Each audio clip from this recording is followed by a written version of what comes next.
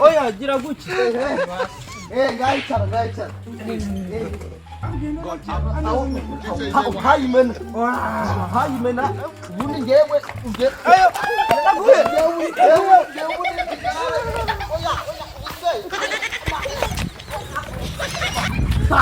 Oh, asura siza kakanya we. Ngere kabundi. Witena. Reba uneze cyo muhanda ubuse. No.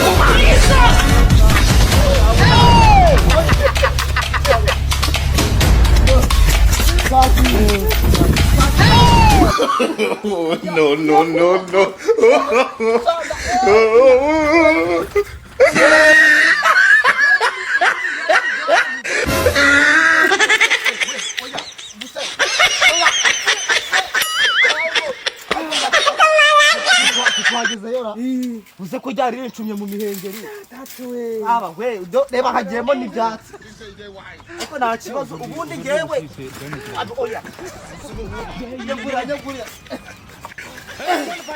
rero imaze no kuremera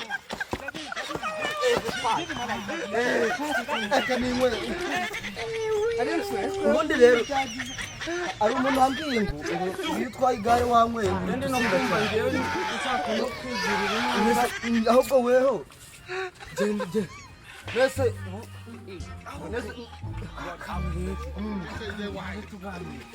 wa mutipe ubu ngubu ari kuza ageze hafi arongeramo hano aragura ndahaga icyaka nikirashira nta nubwo mu maso ubundi tugomba kurimukuramo ubundi ngewe namubwiye ngo nuza ako ipantaro yanjye akuri kureba neza ako ubundi iyo umuntu asigaye ukabona ngewe namara kuza ugenda urebe yuja ntakubona impande yanjye ahubwo mpamagayera y'abakanda Yesu yego sha inyuma waje reka duhurire ku kigega ba mwana we ako namwe ibintu birimo ndaje ibintu birimo ndaje makaga ndaje ntuwarenge wemfashe ndaje kaza n'amaguru hano ngo ndapinga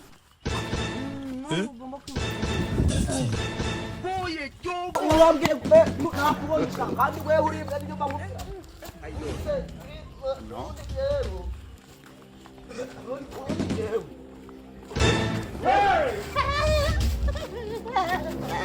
Kumbariko. Yeah. Are you pleased?